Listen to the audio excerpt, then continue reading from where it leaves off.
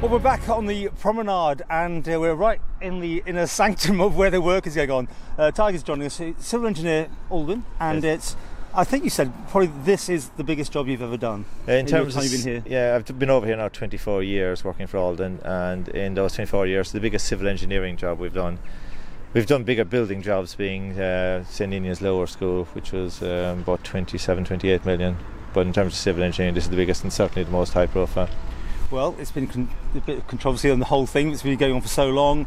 I know you just do what you're told, but were there bigger problems under there in the end? I mean, was there big depths you had to go to, or what did you find under there? The problem with any job where you're working in what we would call a brownfield site is that you don't know exactly what's under there.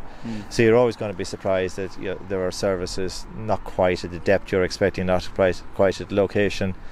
Nowadays we record all the services when we put them in, so we know exactly where they are, but when these were put in up to 100 years ago, they didn't record them exactly where they were.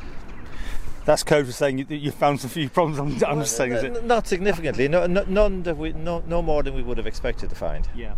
Of course, something a bit different. You've got these tracks to sort out as well for the old horses.